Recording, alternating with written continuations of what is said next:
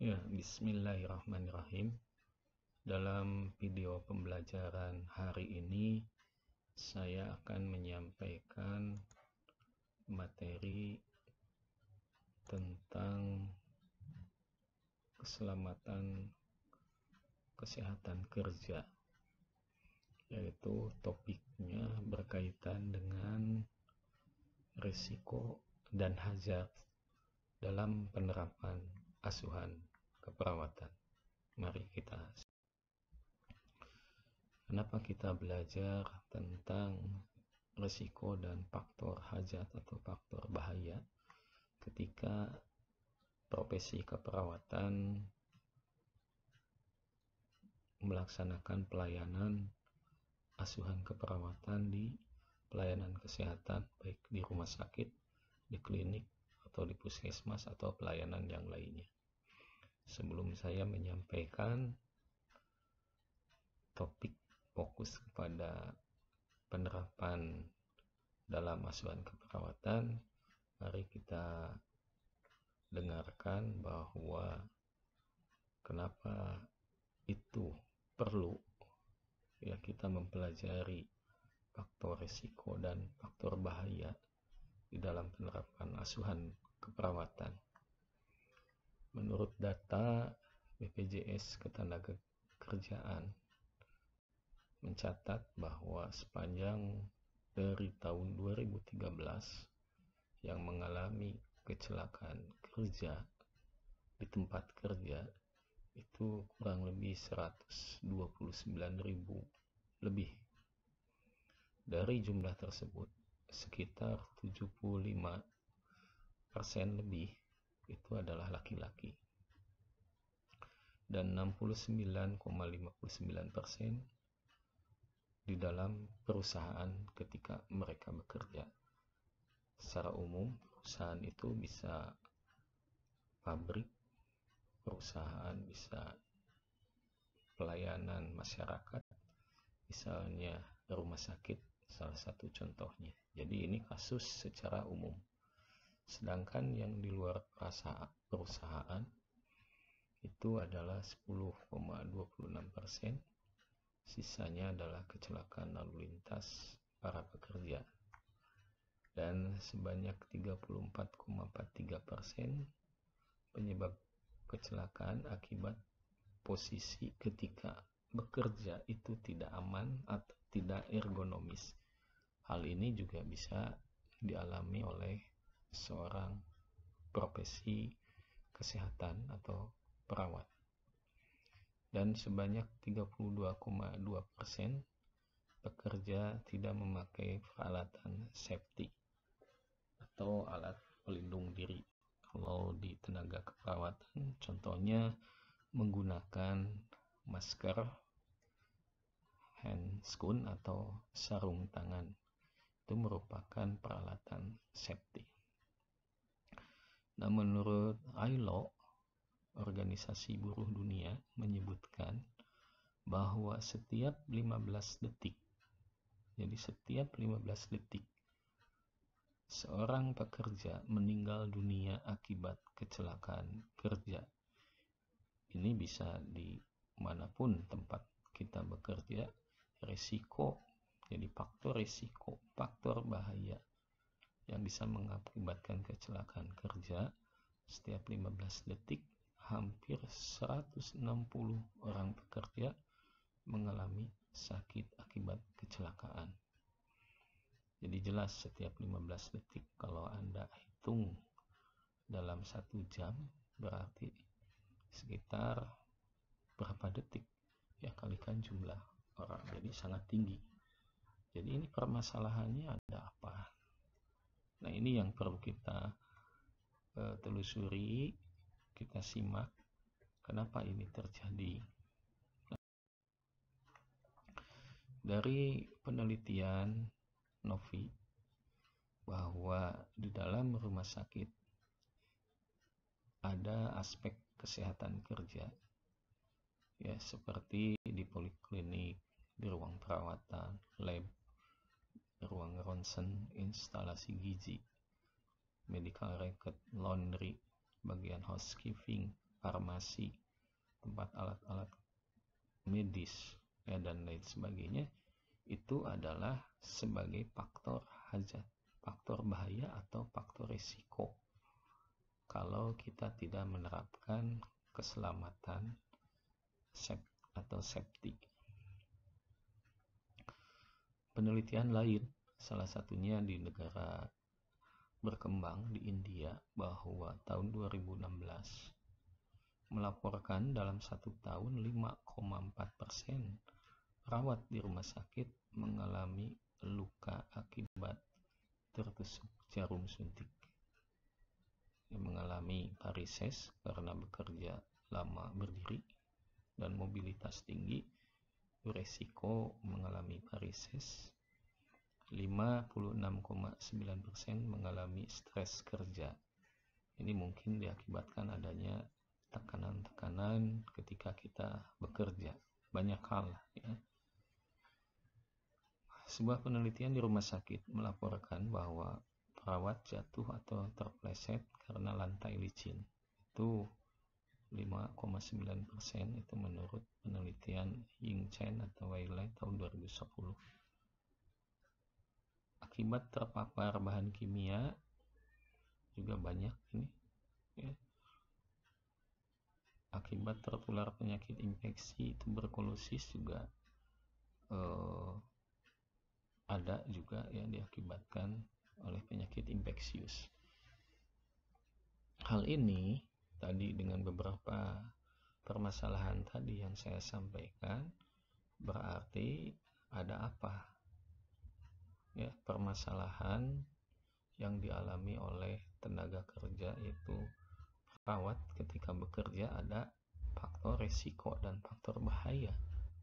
Tapi teman-teman jangan takut ketika kita bekerja di lapangan, ya kita harus perhatikan safety, keamanan, dengan mengedepankan upaya pencegahan agar tidak terpapar oleh faktor risiko dan faktor bahaya tersebut. Nah, ada hasil penelitian juga bahwa kenapa itu terjadi, yang tadi saya sampaikan, masalah-masalah di pelayanan kesehatan. Menurut penelitian ini di Rumah Sakit Panti Waluya Malang,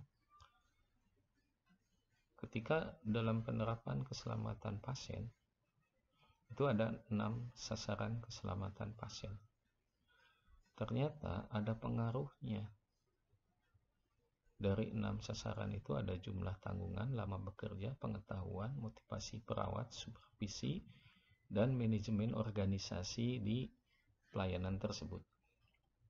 Nah, paling dominan hasil penelitian tersebut dari 6 sasaran keselamatan pasien atau patient safety itu adalah pengetahuan perawat. Paling dominan mempengaruhi keselamatan pasien. Sehingga kalau dikaitkan dengan kasus-kasus tadi, banyak perawat yang terpapar penyakit infeksius, terpleset, kecelakaan, dan yang lainnya, kemungkinan dipengaruhi oleh salah satunya adalah pengetahuan perawat. Ya, ini yang paling dominan. Sehingga hari ini teman-teman kita sampaikan supaya paham pengetahuan Anda tentang apa itu faktor risiko dan faktor bahaya ketika kita nanti praktek di lapangan, praktek di rumah sakit, praktek di puskesmas ataupun klinik-klinik, ataupun nanti ketika Anda bekerja. Nah, maka wawasan pengetahuan Anda harus ditingkatkan tentang keselamatan pasien safety. Selanjutnya saya akan menjelaskan tentang konsep umum apa itu risiko, apa itu faktor hazard atau faktor bahaya. Risiko adalah gabungan dari kemungkinan atau frekuensi dan akibat atau konsekuensi dari terjadinya bahaya tersebut, ya. Jadi resiko itu adalah gabungan dari kemungkinan atau frekuensi dan akibat atau konsekuensi dari terjadinya bahaya tersebut. Nah, di dalam resiko itu ada namanya penilaian resiko. Penilaian resiko adalah penilaian secara menyeluruh untuk mengidentifikasi bahaya dan menentukan apakah resiko itu bisa diterima. Nah, di dalam konsep resiko juga ada namanya manajemen resiko. Manajemen risiko adalah pengelolaan risiko yang mencakup identifikasi penilaian dan pengendalian risiko. Jadi manajemen risiko itu terdiri dari identifikasi, penilaian, dan pengendalian. Dan tadi ketiga definisi tadi. Jadi kesimpulannya bahwa risiko itu menurut Ramli bahwa adanya kemungkinan atau akibat terjadi bahaya sehingga perlu adanya manajemen risiko. Manajemen risiko ada beberapa langkah, yaitu identifikasi bahaya, penilaian bahaya atau penilaian risiko, dan pengendalian. Kalau itu dilaksanakan, maka risiko tadi tidak akan terjadi. Ada definisi lain, yaitu besarnya kerugian atau kemungkinan terjadi korban manusia, kerusakan, dan kerugian ekonomi yang disebabkan oleh bahaya tertentu di suatu daerah ataupun tempat pada waktu tertentu. Nah, ini biasanya diambil dari Badan Penanggulangan Bencana. Jadi, saya ulangi, risiko menurut Badan Penanggulangan Bencana ada kerugian, tidak hanya korban manusia, tapi ada kerusakan atau kerusakan lingkungan ataupun material atau kerugian ekonomi oleh bahaya tertentu, misalnya bahaya zat kimia, ledakan, kebakaran. Itu merupakan risiko-risiko dari kemungkinan terjadi. Bisa saja di rumah sakit bisa terjadi. Nah, tadi ada 3 kalau menurut Ramli tadi. Menurut Puspitasari, penilaian risiko adalah proses menentukan pengendalian terhadap risiko kecelakaan kerja dan penyakit akibat kerja. Jadi begini, di tempat kerja itu hanya ada 2 masalah, yaitu kecelakaan kerja dan penyakit akibat kerja. Biasanya kecelakaan kerja diakibatkan oleh lingkungan. Ya, penyakit akibat kerja adalah diakibatkan oleh individunya atau manusianya. Menurut Hanafi tahun 2016, pengendalian risiko itu adalah untuk mengidentifikasi setelah dilakukan penilaian. Jadi ini tahapan. Ya, penilaian lalu dikendalikan, ya, dalam rangka memprioritaskan bahaya dan kategori yang paling penting. Identifikasi risiko merupakan suatu proses yang sistematis dan berkelanjutan dilakukan untuk mengidentifikasi kemungkinan timbulnya risiko kembali atau risiko yang akan datang, ya, terhadap kekayaan, hutang, dan personil perusahaan. Jadi kalau ini ada bahaya, risiko yang terus-menerus, kita lihat identifikasi kerugiannya apa. Apakah kerugian terhadap manusianya, materialnya, ya, personilnya atau manusianya. Nah, ini kita identifikasi.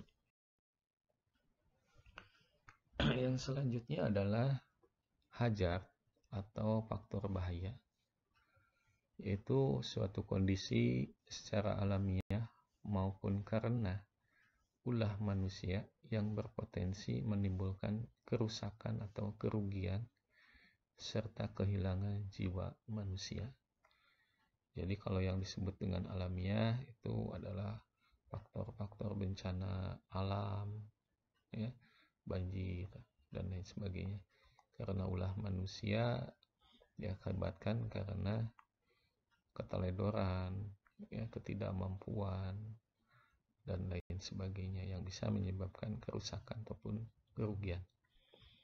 Hajar, definisi lain adalah bahaya berpotensi yang menimbulkan bencana, tetapi tidak semua bahaya selalu menjadi bencana. Artinya bencana di sini bisa secara umum dan luas. Ya, bisa bencana yang sifatnya alamiah, ya, yang tadi contoh bencana alam, atau bencana yang sifatnya non alamiah, bisa diakibatkan karena faktor host atau manusia.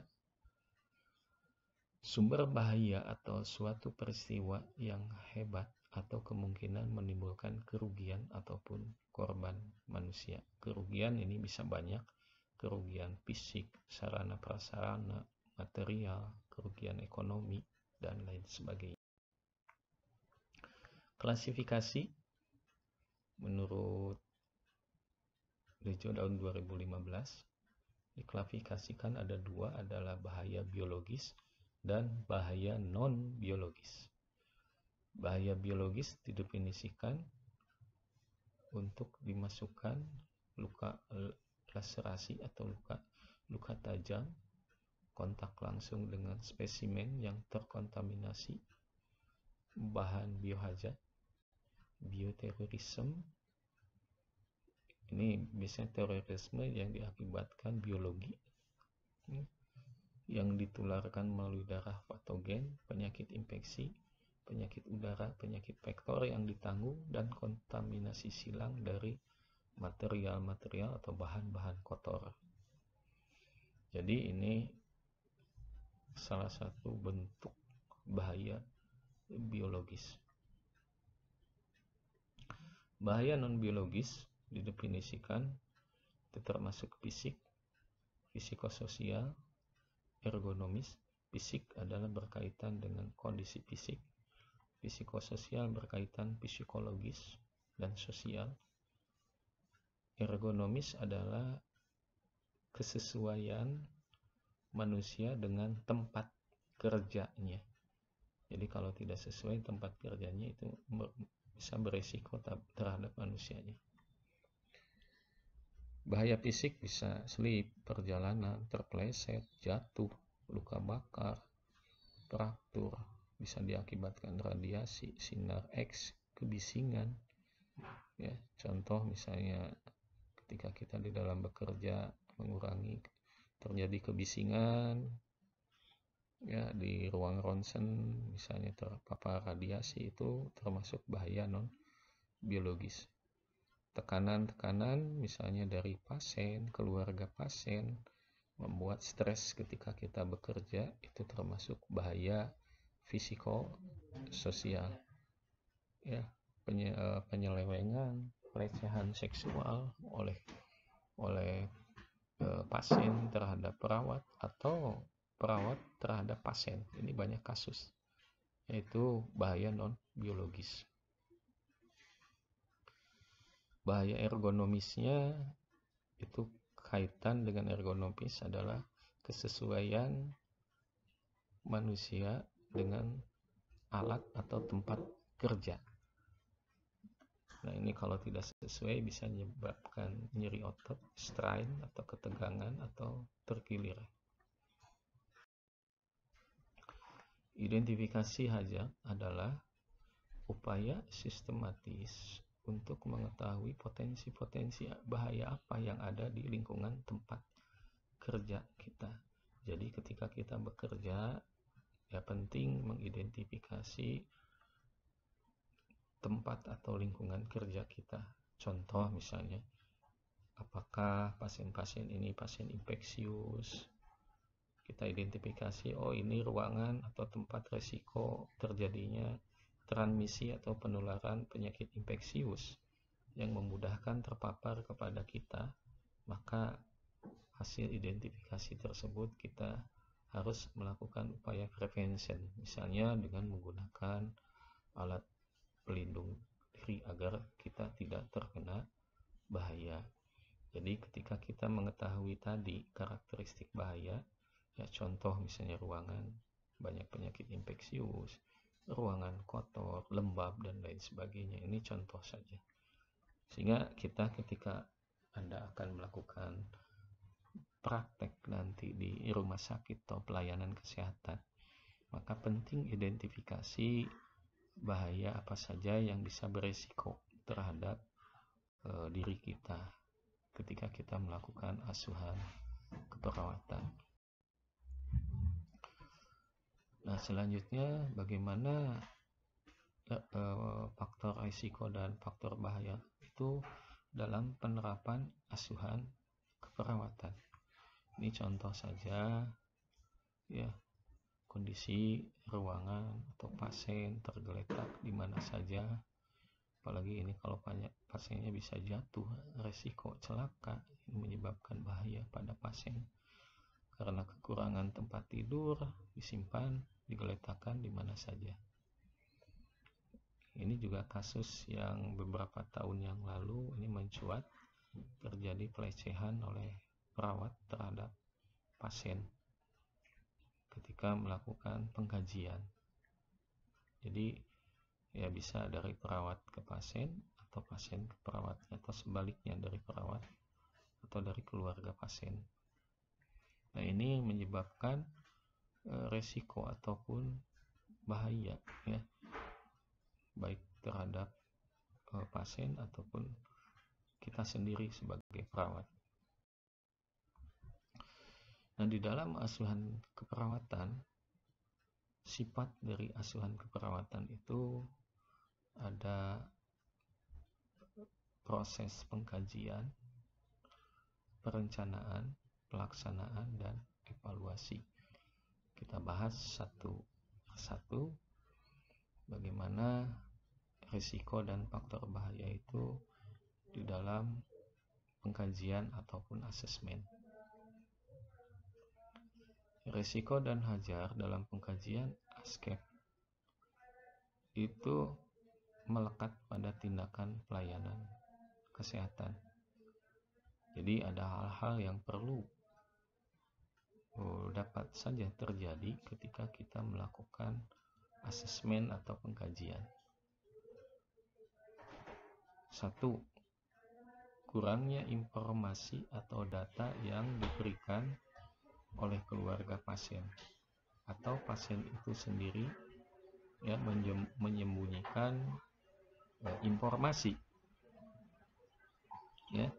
Nah, ini juga akan berisiko dan menyebabkan bahaya karena data tersebut kurang lengkap, sehingga ketika kita akan melakukan perencanaan dan tindakan itu juga akan berisiko membahayakan pasien. Maka pentingnya di sini ada pola komunikasi dan kepercayaan terhadap pasien agar kita bisa menggali informasi pada saat melakukan pengkajian. Selanjutnya, pada saat melakukan pengkajian, resiko tertular ya, terhadap kita sendiri ketika kontak fisik. Kontak fisik bisa melakukan secara langsung ya, misalnya adanya touching ataupun sentuhan. Bisa aja kontak fisik dengan risiko dari udara. Kalau terpapar dengan touching, sentuhan, itu bisa dengan antisipasi menggunakan handscoon ya, atau sarung tangan. Kalau terpapar lewat udara, itu bisa menggunakan masker. Contoh pada saat ini di masa COVID-19 ya, kita harus memperhatikan hal tersebut. Bisa saja mendapatkan cacian atau pelecehan verbal ya pada saat proses wawancara, misalnya marah, penolakan, dan lain sebagainya. Bahkan bisa terjadi pemukulan karena tidak menerima ya, dan lain sebagainya. Maka penting ya ketika kita akan melakukan pengkajian kepercayaan, trust ketika di dalam komunikasi harus diterapkan. Dari mulai memperkenalkan diri, ya, maksud dan tujuan ketika kita akan melakukan pengkajian itu disampaikan agar terbina kepercayaan atau trust. Ya. Selanjutnya tahap kedua di dalam perencanaan. Ya. Dalam perencanaan asuhan keperawatan itu perlu melibatkan pasien dan keluarga. Jadi setelah Anda melakukan asesmen pengkajian, lalu Anda analisis dari pengkajian tersebut, kira-kira rencana apa yang akan kita lakukan terhadap pasien tersebut, itu perlu kita melibatkan pasien dan keluarga. Ini sangat penting. Karena kalau kita tidak melibatkan pasien dan keluarga, akan mengurangi kepercayaan, akan mengurangi proses komunikasi yang baik, sehingga informasi ataupun tindakan ataupun rencana itu bisa adanya penolakan. Nah, ini juga ketika ada penolakan, ini akan berisiko dan menyebabkan bahaya. Misalnya ketika kita mendapatkan hasil analisis bahwa pasien ini harus diberikan obat antibiotik misalnya, karena kita nggak melibatkan, pasien menolak untuk pemberian antibiotik. Nah, kalau dia menolak, ini ada risiko terhadap pasien tersebut, bisa terjadi infeksi yang menyebar. Nah, ini kenapa harus melibatkan pasien dan keluarga. Kesalahan lain ketika saat melakukan perencanaan yaitu dalam pengkajian ada kesalahpahaman dalam melakukan pemberian proses keperawatan. Ini juga ada keteledoran, bisa lupa, bisa pengetahuannya kurang, ya. Ini bisa mengakibatkan risiko atau bahaya terhadap kesehatan pasien.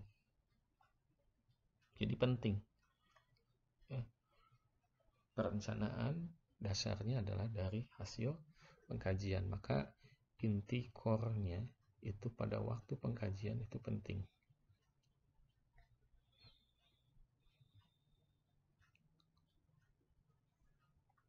Yang selanjutnya adalah implementasi atau pelaksanaan asuhan keperawatan.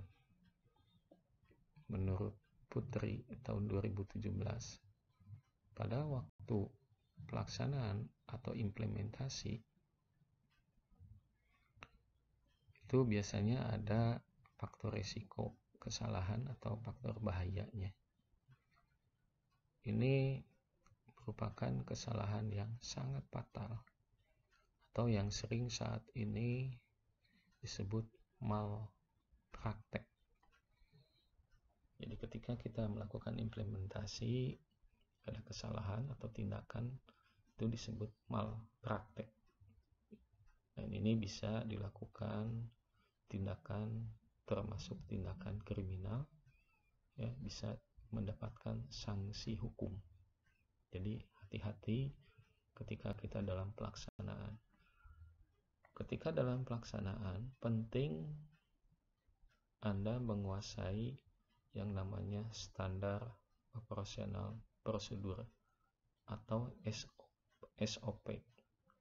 Dalam melakukan tindakan, SOP penting itu Anda kuasai untuk mengurangi resiko kecelakaan baik pada diri kita ataupun pada pasien dan lingkungan sekitarnya. Ya, jadi SOP penting. Rekam medis atau catatan pasien juga penting. Jadi informasi, hubungan komunikasi antar personal, baik perawat junior, perawat senior, kepala ruangan, tenaga medis lainnya, penting kiranya kita melakukan kolaborasi agar ketika kita melakukan tindakan tidak ada kesalahan. Jadi Anda nanti ketika praktek di rumah sakit diberikan tugas oleh perawat di ruangan, Anda harus melakukan komunikasi yang baik, membaca SOP, prosedur, ya, apa yang akan kita kerjakan ya kepada pasien tersebut. Dan jangan lupa dalam pelaksanaan alat pelindung diri penting.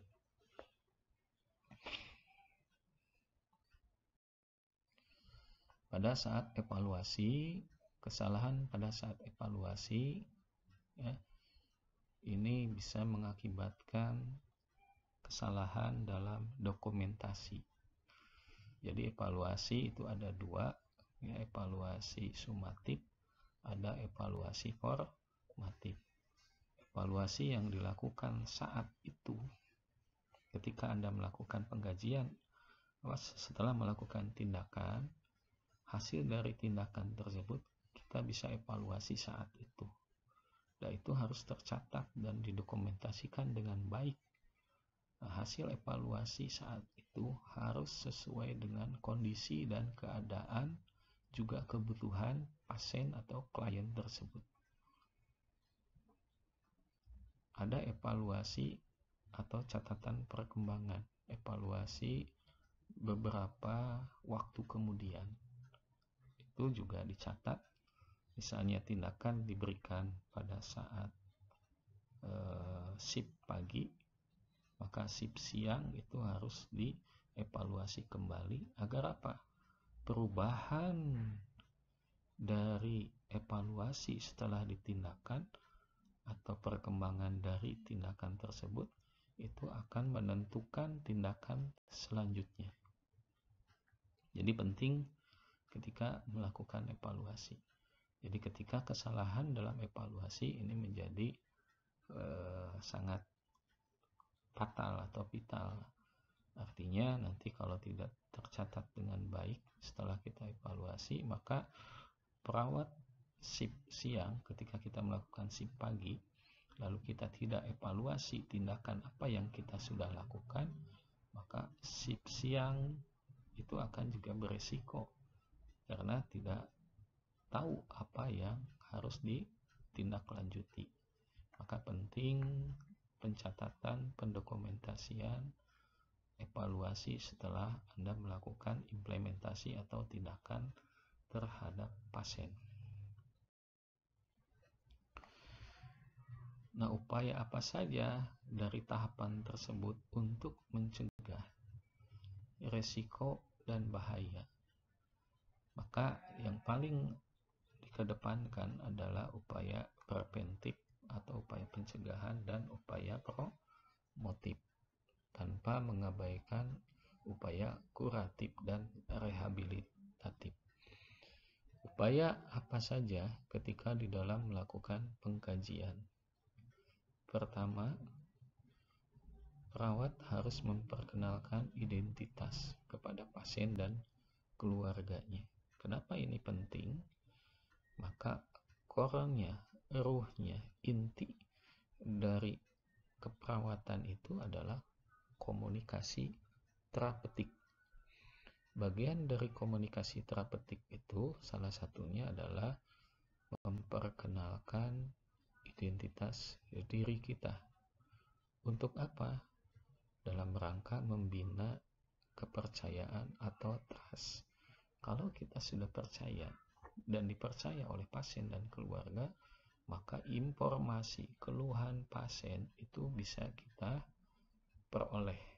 Sehingga kalau kita bisa peroleh, itu akan tepat ketika kita akan melakukan asuhan keperawatan selanjutnya. Selanjutnya, perawat hendak tidak boleh menyinggung perasaan klien. Misalnya menggunakan masker sebenarnya tidak perlu, tapi ini juga masih perdebatan. Kalau pasien infeksius dan beresiko seperti saat ini COVID, maka masker penting dilakukan.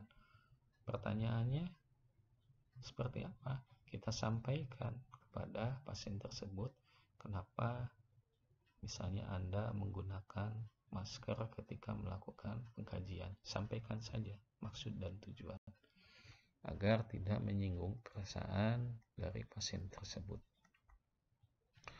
Membangun kepercayaan tadi dengan memperkenalkan diri, ya, gaya atau bahasa tubuh nonverbal kita. Jangan memperlihatkan bahasa tubuh atau nonverbal kita seperti tidak membangun sikap kepercayaan, ya, dari mulai tatapan mata, cara bicara, intonasi suara. Jadi ini juga mempengaruhi kepercayaan. Dalam merawat pasien, perawat harus memperlakukan setiap pasien sama, tidak membeda-bedakan. Jadi kalau pasiennya kelas 1, kelas 2, kelas 3 itu jangan dibeda-bedakan. Pasiennya misalnya ekonominya kurang, ekonominya sedang, ekonominya tinggi, kita jangan beda-bedakan. Yang selanjutnya, pada saat melakukan Anda komunikasi melalui wawancara dengan pasien, harus attention, pendengar yang baik. Kenapa harus attention, mendengarkan dengan baik? Karena informasi-informasi yang akan disampaikan oleh pasien itu dapat diperoleh, sehingga menjadi catatan data-data subjektif ataupun data-data dari pasien tersebut. Perawat harus menempatkan diri sebagai tempat curhat dari pasien, ya, menggunakan bahasa yang baik dan sopan, sehingga kalau ini dilakukan, ya, kepercayaan itu akan timbul, maka informasi keluhan pasien dan lain sebagainya bisa. Ketika pasien atau keluarga agak sulit mendapatkan informasi, ya kita berhentikan sejenak, atau namanya terminasi sementara. Berhentikan sejenak, kita kontrak lagi pada pasien dan keluarga sambil melihat kondisi dan keadaan pasien ataupun keluarga. Kalau kita memaksakan diri, maka akan tertutup pasien dan keluarga, sehingga informasi tidak akan diperoleh dengan baik. Pada saat melakukan pemeriksaan fisik, itu juga harus melakukan persetujuan. Misalnya ketika akan melakukan pemeriksaan di area head sampai area dada, abdomen, sampai area genitalia, sampai area bawah, sampai kaki, itu kita harus meminta persetujuan dan jelaskan maksud dan tujuannya. Jangan sampai ini ada kasus merasa pada saat pengkajian seolah-olah adanya pelecehan seksual. Nah, ini kita hindari. Maka prinsip ketika kita akan melakukan pemeriksaan fisik itu kan head to toe, dari mulai ke ujung kepala sampai ujung kaki. Semua sistem kita kaji. Agar apa? Kita memperoleh data-data yang mendukung. Nah, ini penting ketika kita akan melakukan pemeriksaan fisik, sampaikan, ya, minta persetujuan. Kalau misalnya Anda pasiennya perempuan, Anda laki-laki, ketika Anda pemeriksaan fisik yang beresiko terhadap hal-hal yang tidak diinginkan, minta bantuan kepada perawat perempuan ataupun sebaliknya. Menggunakan alat pelindung diri, APD, handscoon, masker, cuci tangan setelah dan sesudah melakukan tindakan. Perawat juga harus melaporkan ketika Anda memperoleh kekerasan fisik dari pasien. Ini juga jarang sekali, tapi ada. Ketika perawat sudah melakukan pengkajian, ternyata ada bentuk kekerasan fisik. Ya, banyak faktor ini kekerasan fisik terjadi yang dialami oleh perawat. Ya, perawat harus menghindari memegang benda yang mungkin telah terkontaminasi. Ya, benda-benda yang memang oleh pasien, yang digunakan pasien, ataupun benda-benda yang terkontaminasi, itu kita hindari. Maka penggunaan APD ini penting. Ya, sebelum melakukan tindakan tetap harus hand washing, cuci tangan. Yang kedua, upaya mencegah faktor risiko dan faktor bahaya dalam perencanaan, yaitu identifikasi sumber bahaya yang dapat terjadi ketika kita menyusun rencana keperawatan. Identifikasi baik lingkungan fisik ataupun non-lingkungan fisik. Kita lihat lingkungan fisik, kondisi yang faktor-faktor bahaya, misalnya pencahayaan, apakah udara, cuaca, dan lain sebagainya. Terus lingkungan licin, kotor, dan lain sebagainya, itu juga kita identifikasi. Karena itu beresiko, bisa kita jatuh, bisa dan lain sebagainya. Lakukan penilaian risiko dengan jalan melakukan penilaian bahaya potensial yang menimbulkan risiko dan keselamatan ketika kita menyusun perencanaan. Maka di dalam perencanaan tadi perlu melibatkan kolaborasi dengan tenaga kesehatan yang lainnya, dengan perawat yang lainnya, ya, dengan pihak keluarga dan pasien. Penting dalam menyusun rencana itu penting ya, dalam menghilangkan bahaya atau risiko dengan mengganti sumber risiko dan sarana atau peralatan yang lain ya, alat-alat atau yang sarana yang lain yang lebih rendah. Jangan menggunakan perencanaan yang menggunakan risiko atau peralatan yang risiko tinggi. Ketika menyusun rencana keperawatan harus berpedoman pada rencana dan diagnosa. Maka tahapan melakukan asuhan keperawatan itu dari mulai pengkajian, analisis, dan muncullah diagnosa. Nah, itulah nanti yang akan kita susun rencana berdasarkan analisis masalah atau diagnosa keperawatan. Perawat juga diharapkan mempertimbangkan alokasi waktu. Ya. Jadi setiap tindakan, rencana tindakan itu kita alokasikan waktu. Misalnya kita akan melakukan tindakan invasif, misalnya memasang kateter, melakukan suntikan, ya, menyuntik, pemberian obat misalnya melalui suntikan, atau Anda melakukan berencana melakukan health education atau pendidikan kesehatan, itu harus pertimbangkan alokasi waktu. Nah, upaya mencegah di tahapan implementasi, perawat harus menggunakan alat pelindung diri yang lengkap. Seperti saat ini di masa COVID-19, dari mulai kacamata, pakaian, masker, dengan indikator masker harus masker seperti apa, handscoon, ya. Penggunaan alat itu harus steril dan lain sebagainya ketika Anda melakukan tindakan aseptik, ya, penting. SOP ini standar operasional prosedur, ya, sesuaikan. Jangan Anda terburu-buru ketika melakukan tindakan. Maka penting komunikasi dan koordinasi. Maka SOP harus dipahami.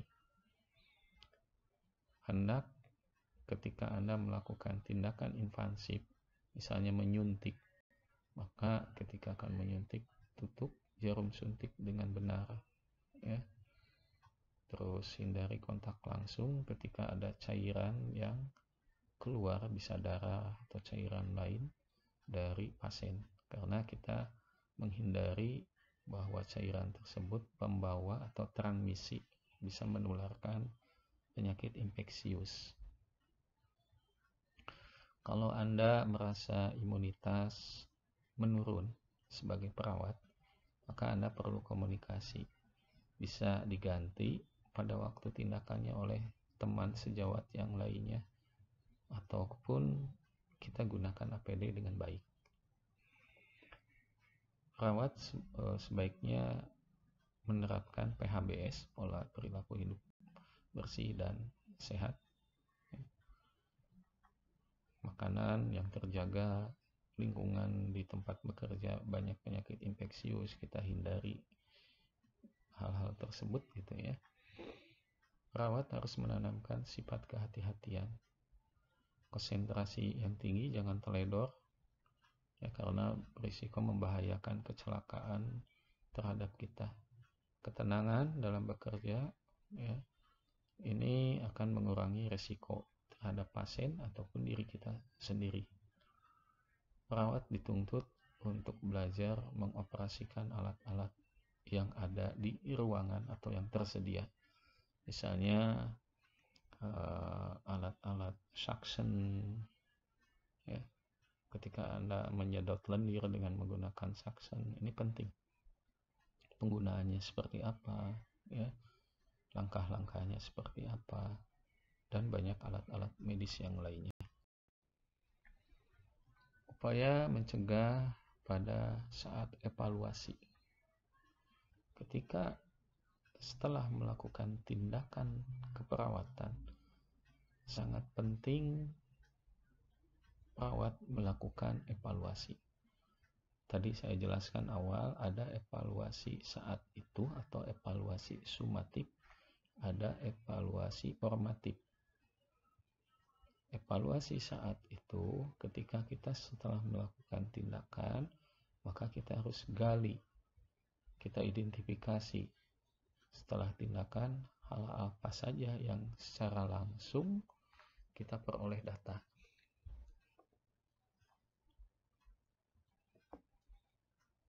Hal ini sangat penting karena akan menentukan tindakan selanjutnya.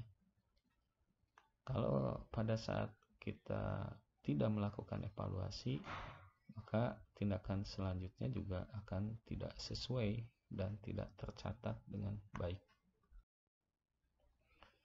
Demikianlah itu kaitan dengan materi faktor risiko dan faktor bahaya ketika dalam penerapan asuhan pada waktu Anda melakukan praktek di lapangan. Ini beberapa referensi, silakan aja referensinya Anda cari dan bisa digunakan. Tugas yang akan saudara kerjakan yaitu coba Anda cari contoh kasus, searching di Google kasus-kasus yang dialami bisa oleh perawat atau pasien ya, yang dialami ketika pelaksanaan asuhan keperawatan. Faktor risiko apa saja, faktor bahaya apa saja. Nah, upaya pencegahan yang paling tepat pada kasus tersebut itu apa? Jadi sekali lagi Anda cari di Google searching ya tentang kasus-kasus yang dialami oleh perawat ataupun pasien ya dalam penerapan asuhan, lalu upaya apa saja yang paling tepat menurut saudara ya upaya pencegahannya. Demikian saya akhiri. Wassalamualaikum warahmatullahi wabarakatuh.